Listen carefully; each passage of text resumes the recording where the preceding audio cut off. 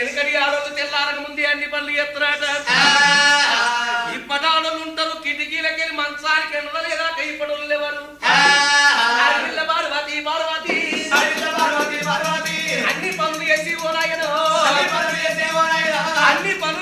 వచ్చింది పెద్దల మాత దినము ఏనాడు వచ్చిందో 1,000 మంది బతుకమ్మలు ఆడుకొని పోతున్నారు. ఎంత సంటి నిలగండు ఉంటే అమ్మా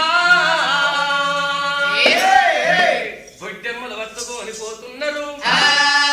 ఆడేటోళ్ళ చూస్తున్నది పార్వతమ్మ, పాడేటోళ్ళ చూస్తున్నది. నా ఇంట్లో నాకొక్క బిడ్డుంటే నా ఇంట్లోకి వెళ్ళి బొడ్డెమ్మ పట్టుకపోతే నా ఇంటికి ఎంత లక్ష్యం ఉంటుండే. నేనందరినీ కాగిదాన్ని కావాలని వెత్తలేదా, నేను అమ్మను కావాలన్నా నా కడుపుల బిడ్డ పుట్టాను నాకు కోరుకుంటున్నా.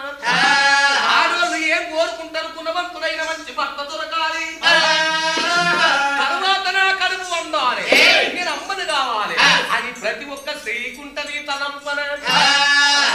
ఏడాది 2 ఏళ్ళు 3 ఏళ్ళు పడరా అత్తగారింటికి అమ్మవారింటికి నడవంగా వాళ్ళు అడుగుతారు ఏమైనా పిల్ల ఇంకేం కళ్ళ పడతలేదు అంటారు. ఆడదానికి సచ్చిన సమానం అనిపిస్తుంది.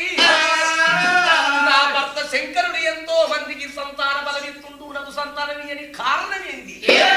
ఈయన నా భర్త తోలి తెప్పించుకొని ఆడవిల్ల బలం ఉంటే బ్రతుకుతా, లేకపోతే జన్మముదాని ఎంటనున్న దాసిని పిలిచి భర్త తోలుగా రమ్మంటున్నది ఆ పార్వతమ్మ.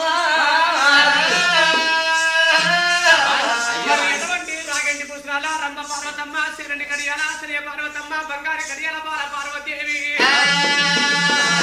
నా భర్తలో కూడా శంకరునటువంటి పోయి రమ్మని ఇప్పుడు దాచిపెట్టి చెప్పిందో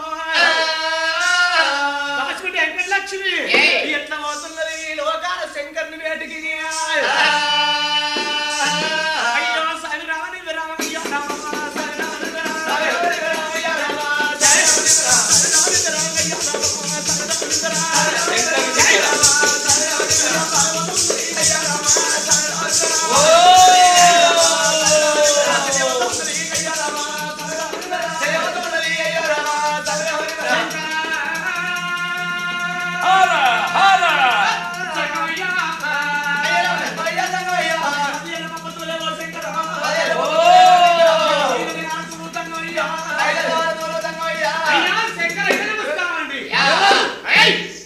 మగవానివైతే నా పాల నేత్రంపు తెలిసి బతుకంపు ఎత్తు ఆడదానవే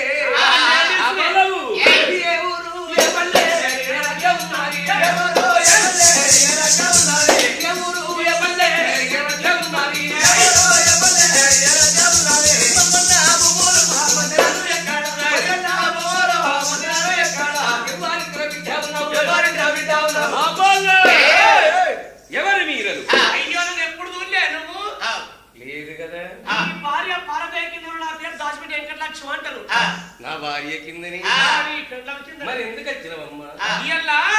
నీ భార్య పార్వతి నా దగ్గర భక్ష్యాలు చేసిందట. నేను పుట్టుక వచ్చి పట్టుకొని తినమన్నది.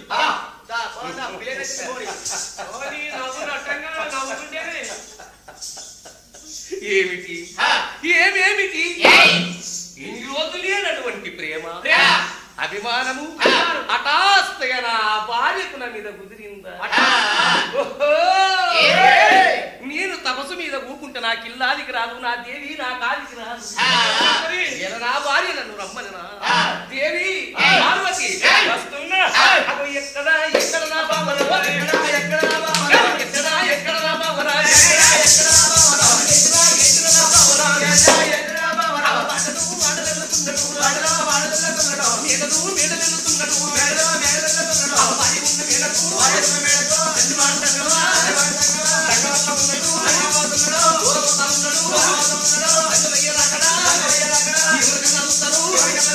అమ్మవారే ఉన్నది పార్వతీ దేవిరా కళ్ళతోటి